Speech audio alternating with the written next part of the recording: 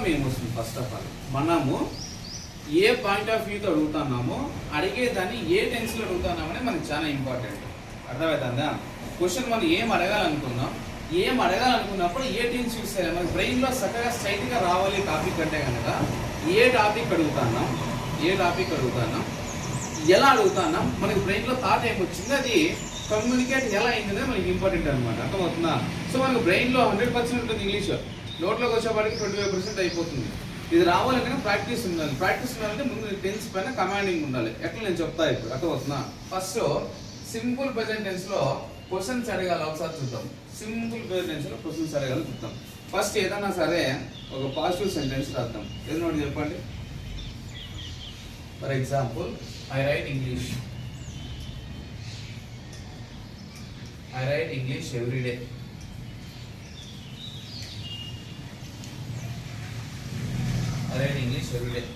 దీనికి నెగిటివ్ చెప్పాలి అంటే కనుక ఇది నెగిటివ్ లేక రాయాలి. అంటే I right English every day అంటే నేను ఇంగ్లీష్ రాస్తా ప్రతిరోజు దాని అర్థం. నేను ప్రతిరోజు ఇంగ్లీష్ రాస్తాను దాని అర్థం. దానికి నెగిటివ్ అంటే నేను ప్రతిరోజు ఇంగ్లీష్ నేను ప్రతిరోజు ఇంగ్లీష్ రాయను దాని అర్థం. నెగిటివ్ అంటే కనుక I do not right English every day.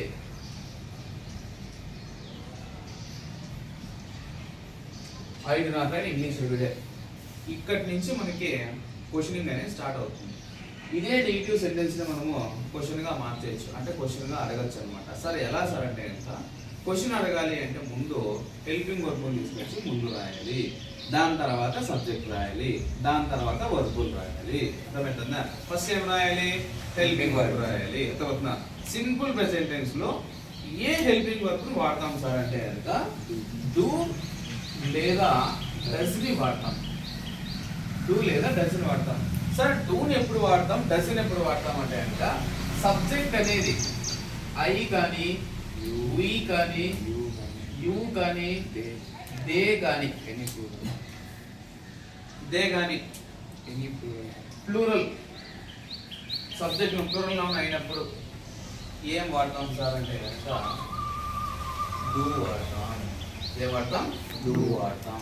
అదే సబ్జెక్ట్ అనేది హీ కానీ, షీ కానీ, ఇట్ కానీ, థర్డ్ పర్సన్ సింగులర్ వీటిని ఏమంటామంటే హీ, షీ ఏమంటాము అంటే కనుక థర్డ్ పర్సన్ సింగులర్స్ అంటాం. ఏమంటాం? థర్డ్ పర్సన్ సింగులర్స్ అంటాం. అదే విధంగా ఏదైనా నేమ్ పేరు కానీ వచ్చినప్పుడు డస్ వాడతాం. ఏం వాడతాం? డస్ వాడతాం. రాజేష్, ఇప్పుడు సబ్జెక్ట్ అనేది ఐ ఉంది, హెల్పింగ్ వర్బ్ ఏం తీసుకోవాలా? డూ తీసుకోవాలి. ఎందుకంటే సబ్జెక్ట్ అనేది ఐ ఉంది కాబట్టి. క్వశ్చన్ చేయాలనుకున్నప్పుడు హెల్పింగ్ వర్బ్ ఎక్కడ పెట్టాలి? సబ్జెక్ట్ తర్వాత పెట్టాలా, సబ్జెక్ట్ ముందరే పెట్టాలా? సబ్జెక్ట్ ముందర పెట్టాలా. ఎక్కడ పెట్టాలా? సబ్జెక్ట్ ముందరే పెట్టాలా. ఫర్ ఎగ్జాంపుల్ ఇది సబ్జెక్ట్, ఇది హెల్పింగ్ వర్బ్, దీన్ని డూ అంటాం. క్వశ్చన్ చేయాలన్నప్పుడు ఈ డూ ముందర అడగాలి. ఓకేనా? డూ, ఇక సబ్జెక్ట్ ఏముంది? ఐ ఉంది. డూ ఐ, తర్వాత ఏం రాయాలన్నా వర్బ్ రాయాలి. డూ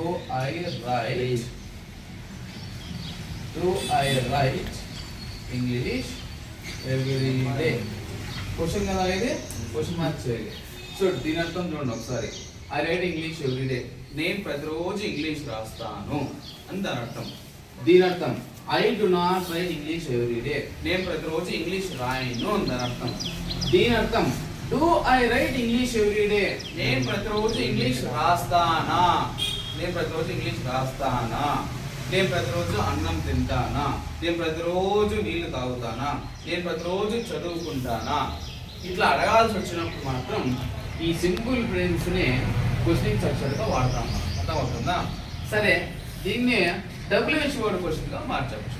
అర్థమవుతుందా? ఎలా సార్ అంటే కనుక ఫర్ ఎగ్జాంపుల్ నేను ఇంగ్లీష్ రాస్తాను అన్నా, ఎప్పుడు రాస్తానో అడగచ్చు, ఎక్కడ రాస్తానో అడగచ్చు, ఎందుకు రాస్తానో అడగచ్చు, ఎలా రాస్తానో అని చెప్పేసి అడగచ్చు. ఫర్ ఎగ్జాంపుల్ ఎక్కడ రాస్తాను అని అడగాలనుకున్నప్పుడు WH వర్డ్ ఏం యాడ్ చేయాలి?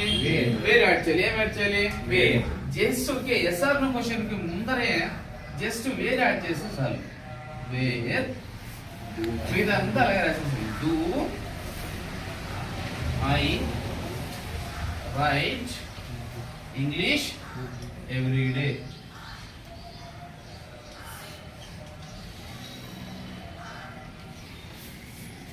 నేను ఎక్కడ ఇంగ్లీష్ ప్రతిరోజు రాస్తాను అని అర్థం వస్తుంది. ఓకేనా?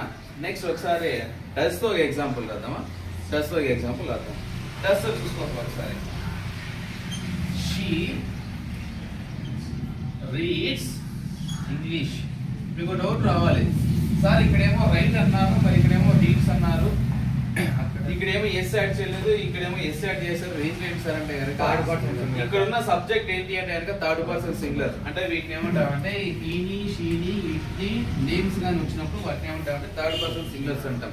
థర్డ్ పర్సన్ సింగులర్స్ వచ్చినప్పుడు మెయిన్ వర్బ్ కి అది కూడా సింపుల్ ప్రెజెంట్ టెన్స్ లో మాత్రం ఏం యాడ్ చేస్తామంటే కనుక ఎస్ యాడ్ చేస్తాం. ఏం యాడ్ చేస్తాం? ఎస్ యాడ్ చేస్తాం. ఓకేనా? దీనికి నెగిటివ్ అవుతాం. She does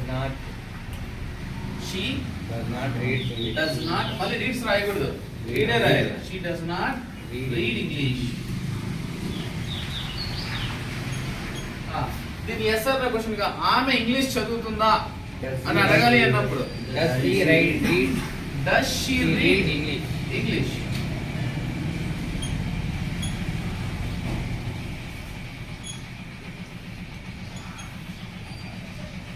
ఎందుకు చదువుతున్నాం English? Why does she read English? Why does she read English?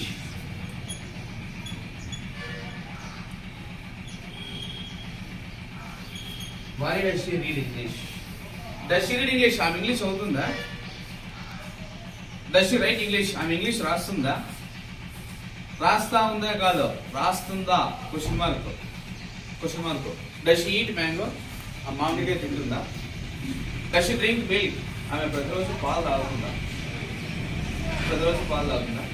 Does she go to college every day? ఆమె ప్రతిరోజు కాలేజ్కి వెళ్తుందా? వెళ్తుందంటే ఏమంటాం? ఎస్ అంటాం. వెళ్ళకపోతే ఏమంటాం? నో అంటాం. అందుకే దీన్ని ఏమంటామంటే ఎస్ ఆర్ నో క్వశ్చన్ అని అంటాం. ఆన్సర్ ఎస్ లేదా నో వస్తుంది కాబట్టి దాన్ని ఏమంటామంటే ఎస్ ఆర్ నో క్వశ్చన్ అని అంటాం. అర్థమవుతుందా? ఇప్పుడు అర్థమైంది కదా క్వశ్చన్స్ ఎలా అడగాలో సింగిల్ ప్రెజెన్స్ లో. ఇప్పుడు క్వశ్చన్స్ మాత్రమే రాసి చూస్తారా నాకు రైట్.